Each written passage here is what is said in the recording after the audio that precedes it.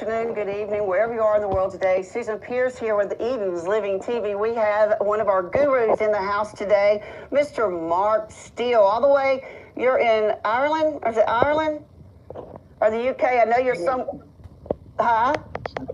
Northern England. Northern England. Mark is a British engineer. He's an inventor. He's a patent writer and a weapons research scientist, an engineer with a materials science background, inventor of the world's first binocular optical waveguides, weapon sight systems, and infrared thermal imaging.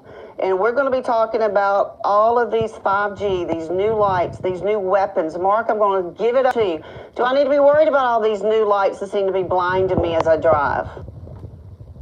Absolutely. The weaponization of the transport network, well, unbelievable. Anyone that knows anything about optical radiation emissions, what you definitely don't want is what is called point light source, and especially from a light emission that's pulse modulated. So pulse modulation, that basically flicker, anything over, 3,000 or 4,000 Kelvin is going to be a serious problem. We've got headlights coming towards you, 6,000 and 7,000 Kelvin, well over what would be safe. And what makes them weaponized, how you weaponize them, pulse.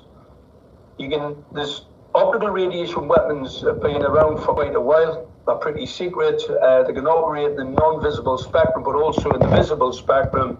Very powerful, will blind your enemy. It pulse modulates. That's what basically causes them to become weapons. And what I mean by a weapon, a lot of people go, what's he talking about? Weapons in the front of vehicles. A weapon is something that's been designed to cause bodily harm.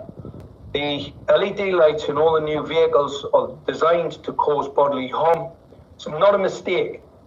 The standards, the regulatory standards, the IAEA standards, you never ever want to be exposed to a pulse modulated optical radiation emission, especially a point light source emission. So you've got a point light source, so it's directly coming at the victim, and it's pulsing. You can't see it. It pulses over 80 hertz. Oh, wow. You can't visualize it.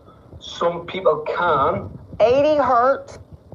80 hertz, 80 pulses a second. Anything over 80 pulses per second, it's very hard to visualize. It damages the eyesight, right into the 2,000 hertz. You really are starting. You can damage people's eyesight, anything within that range. And I own this podcast. It's a strobing light, and what they are, they're square waves, or what are perceived to be square waves. And that square wave,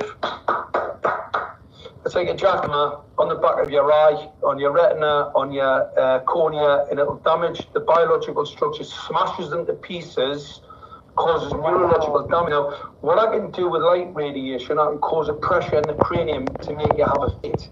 So you can have a seizure. People have seizures. Strobing lights being used. In fact, in France, they were using strobing lights against the civilian population. These are illegal. They are illegal. There's a UN agreement on optical radiation weapon systems, and everybody's a signatory to it. You're not supposed to even use them on the battlefield. Wow. People y'all hear that? Against their own civilian population.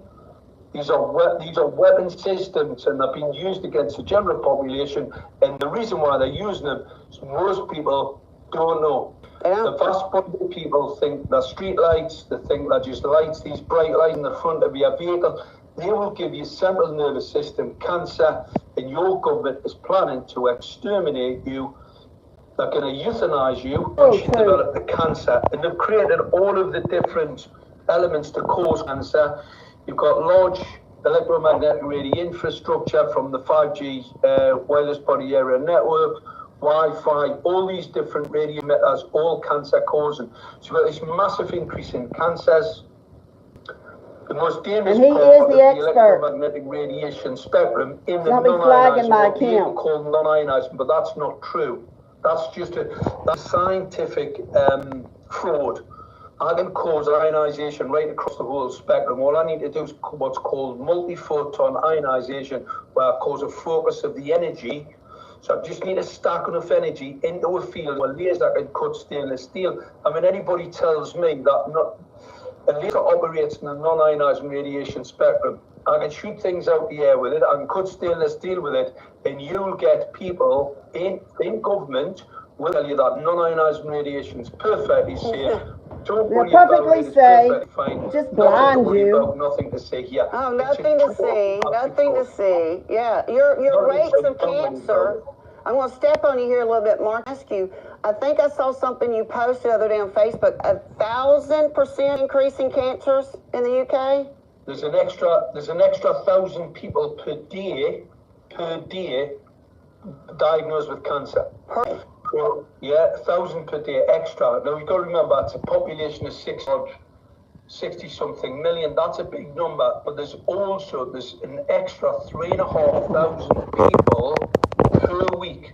So including the deaths, the increase in deaths, which are a couple of thousand extra per week, another 3,750 claiming disability living allowance. Now this is the poor people who can, if you've got anything over £30,000 in the bank, you can't claim these allowances. You only claim them if you're in the poorer part of the the socio-economic group. So you've got an extra 3,750 in this personal independence payment. If you look at that as demographic, it is probably the larger part of the UK All right, guys, population. I'm going to do this in segments. First part was non-ionizing radiation You've got too much money in the bank through the lights. personal independence.